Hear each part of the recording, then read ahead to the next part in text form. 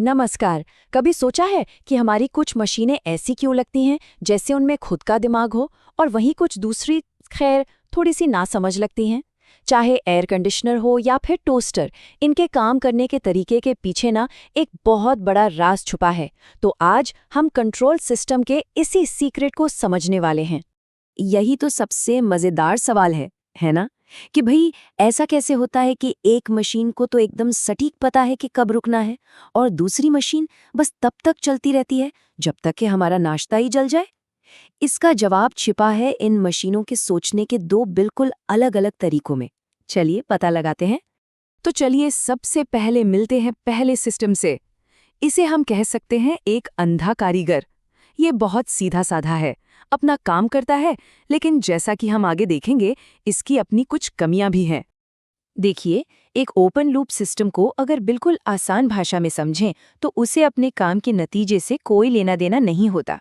ये कुछ ऐसा है जैसे किसी को कोई काम देकर अपने कान बंद कर लिए जाएं। उसे एक कमांड मिलता है, वो उसे पूरा करता है और बस। काम ठीक हुआ, गलत हुआ, कैसा हुआ, इससे उसे कोई मतलब नहीं है। इसे एक वन वे सड़क की तरह समझें। एक ऐसी सड़क जहां से यू टर्न लेने का कोई रास्ता ही नहीं है। एक इनपुट मिलता है, सिस्टम उस पर काम करता है और एक आउटपुट दे देता है, बस। आगे बढ़ते हुए पीछे मुड़कर देखने या कुछ सुधार करने का कोई ऑप्शन ही नहीं होता। इसको याद रखने का सबसे अच्छा तरीका है इसे एक ब्लाइंड यानी अंधे सिस्टम की तरह सोचना। ये बिल्कुल उस कारीगर जैसा है जिसकी आंखों पर पट्टी बंधी हो। वो निर्देशों को तो मानता है, लेकिन अपने काम का आखिरी नतीजा कभी देख ही नहीं पाता। चलिए इसे एक असल दुनिया के उदाहरण से समझते हैं, जो हम सबने देखा है। एक साधारण सी वॉशिंग मशीन। अब जरा सोचिए, वॉशिंग मशीन को इस बात से कोई फर्क नहीं पड़ता कि उसमें एक हल्की गंदी शर्ट डाली गई है या कीचड़ से सनी हुई फुटबॉल टीम की जर्सी। अगर टाइमर 30 मिनट्स पर सेट है तो भाई वो तो 30 मिनट्स ही चलेगी।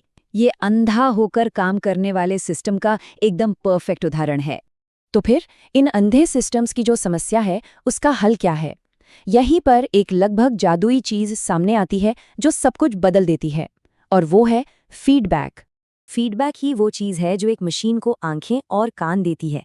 ये उसे लगातार ये जांचने की ताकत देता है कि काम कैसा चल रहा है और फिर सुधार करने के लिए जानकारी वापस भेजता है। मतलब सटीकता का असली राज यही है। और अब मिलते हैं हमारी कहानी के हीरो से, एक ज्यादा एडवांस्ड और स्मार्ट सिस्टम से। अपने अंधे भाई के ठीक उलट क्लोज्ड लूप सिस्टम फीडबैक का भरपूर इस्तेमाल करता है। ये लगातार अपने काम के नतीजे को चेक करता है और खुद को ठीक करता रहता है ताकि ये पक्का हो सके कि सब कुछ एकदम परफेक्ट हो। और हाँ, इसे याद रखने का तरीका भी उतना ही स्मार्ट है। ये एक लगातार चलने वाला साइकिल है। पहले नतीजे को जांचो, फिर उसे अपने तय लक्ष्य से तुलना करो, और अगर कोई भी फर्क है तो उसे सुधारो, और ये प्रक्रिया चलती रहती है।